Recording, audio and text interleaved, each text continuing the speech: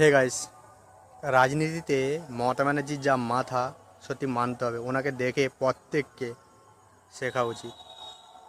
ওনার strategy পুরো আলাদা।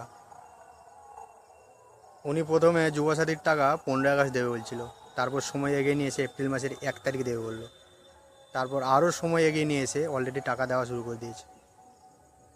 যেমন মাছকে খাবারের টোপ দেয়, অমনি আমাদের মতন জনগণকেও খাবারের টোপ দিচ্ছে আস্তে আস্তে আস্তে করে। কিন্তু এখানে বিজেপি পুরো ভুল খেলা খেলে ফেলেছে। উনিও বলে ফেললো যে আমরা জিতলে 3,000 টাকা দেবো।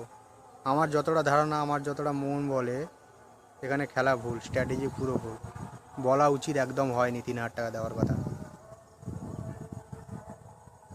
ওনারা যদি 3,000 টাকা দেওয়ার কথা না বলতো আমার মনে হয় ভালো হতো।